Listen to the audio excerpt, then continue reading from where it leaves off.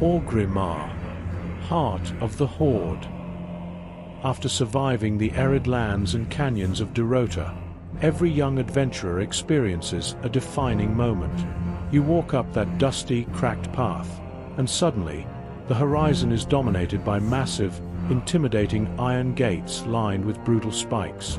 You step through the entrance, the harsh desert wind fades into the rhythmic beating of war drums, and the sheer scale of the canyon walls closes in around you. The feeling of entering Orgrimmar for the first time is absolutely unforgettable. This city is a monument to survival. Welcome to the capital city of the Horde.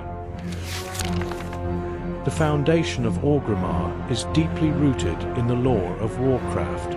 Thrall, the visionary war chief who freed his people, led the orcs across the sea to Kalimdor.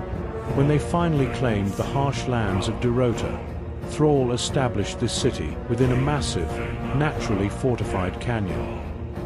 He named it Orgrimmar in honor of his mentor and former war chief, Orgrim Doomhammer. If you played during the Classic era, or even early expansions, you remember a very different Orgrimmar. It was humble.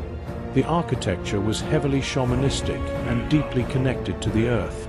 Most buildings were constructed from simple wood, stretched animal hides, and mud. It did not look like an aggressive military stronghold like today. We'll get there. It looked like a hard-earned sanctuary for Azeroth's outcasts, the orcs and the Darkspear trolls, who finally found a place to call home. Also, the Tauren who helped them was awarded with a district. If you visited the old Orgrimmar in back then, you would definitely remember Gaiman. He was a neutral, level 12 Tauren who existed solely to be punched and killed by players for fun. He was the ultimate punching bag of the Classic era. Everything changed when Cataclysm launched. Thrall stepped down to save the world, handing the mantle of war chief to the hot-headed Garrosh Hellscream. Garrosh despised the humble, mud hut aesthetic of the city.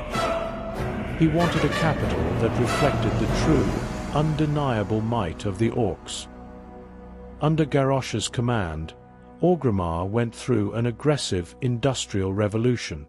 The leather and wood were torn down, replaced by black iron, massive steel plates, and an absurd amount of spikes. Goblin engineering was heavily integrated, adding the goblin slums and massive mechanized elevators. The sky was choked with the smoke of forges. The city transformed from a peaceful shamanistic refuge into an intimidating, heavily militarized war machine. It looked undeniably badass, but it lost some of its spiritual soul in the process. Interestingly, the city wasn't the only thing that got upgraded. Blizzard decided to buff the old punching bag, Gaiman, into a level 85 elite.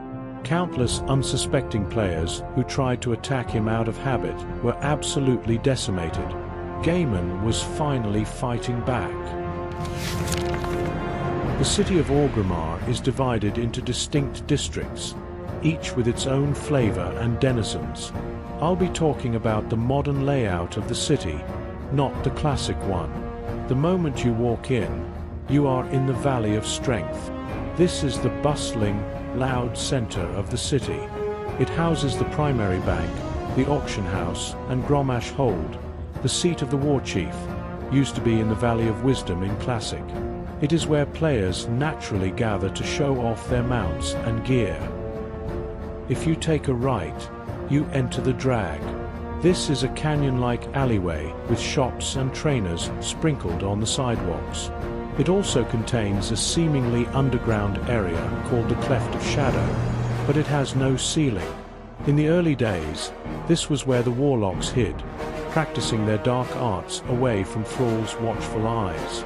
Today, it remains a shadowy market filled with vendors and trainers with the access to a dungeon called the Ragefire Chasm. The fact that a sect of demonic cultists and trogs were operating a literal dungeon right beneath the Warchief's feet is wild. For many Horde players, diving into RFC was their very first dungeon experience. making it a legendary piece of WoW history. This dungeon was also reworked with the city, changing the enemies inside into a cult of orcs. Then there is the Valley of Honor, a proud district housing the warrior trainers, hunters, brawlers guild, and the iconic Ring of Valor arena. For the other races, the Tauren rest in the peaceful Valley of Wisdom, while the trolls have their own voodoo-infused corner in the Valley of Spirits. Garrosh's vision of the Horde eventually twisted into tyranny and orc supremacy. He alienated the other races, especially the Darkspear trolls, leading to Vol'jin's rebellion. This culminated in one of the most unique and iconic raids in MMO history, the Siege of Orgrimmar. It is incredibly rare for a game to turn your own beloved capital city into an endgame raid. We marched into the very streets we used to hang out in. We fought through the Valley of Strength. We freed Gaiman during the raid, and he fought alongside us. It was a really good final arc for him. Then we descended to the Cleft of Shadow, and from there, deep into the Underhold, a massive, secret bunker Garrosh built beneath the city. We fought General Nazgrim, a soldier orc who's been with us since classic WoW, rising up the ranks from private to general.